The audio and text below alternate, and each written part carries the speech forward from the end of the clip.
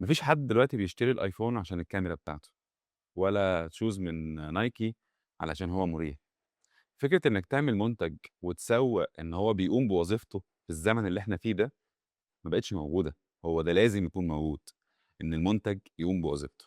والناس دلوقتي ما بتشتريش عشان المنتج بيقوم بوظيفته، الناس بتشتري عشان المنتج بيضيف لهم identity، هوية، حاجة شبههم، حاجة بتخلّيهم أفضل في جزء معيّن هم عندهم فيه احتياج.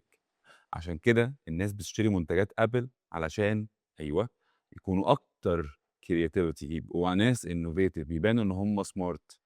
وبيشتروا Nike عشان يبانوا إن هم ناس رياضيين وياخدوا الهوية الرياضية. علماء النفس لمّا عملوا دراسات على عُملا كتير جدًا بتشتري منتجات عشان بتحبها، عرضوا عليهم أخبار مش كويسة عن البراندات اللي هم بيحبوها.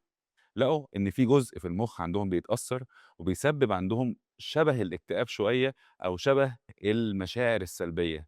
والعكس كان صحيح، لمّا عرضوا أخبار لمنتجات هم بيحبوها وأخبار كويسة، بدأوا يحسّوا بالreward system وبدأوا يحسّوا إن هم ينتموا للbrand ده. أنت دلوقتي في عصر الانتماء، مش عصر إنّك تبيع وخلاص.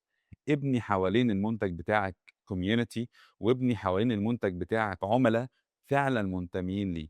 وده مش هيحصل غير لمّا تجاوب على سؤال: المنتج بتاعك بيضيف إيه للعميل، بيخلّيه أحسن في إيه، بيخلّيه أفضل في إيه، بيخلّيه شايف نَفْسه في الrole model اللي هو عايز يوصل له والّا لأ. حتى لو ما وصلّوش، أنت بتساعده يوصل لده.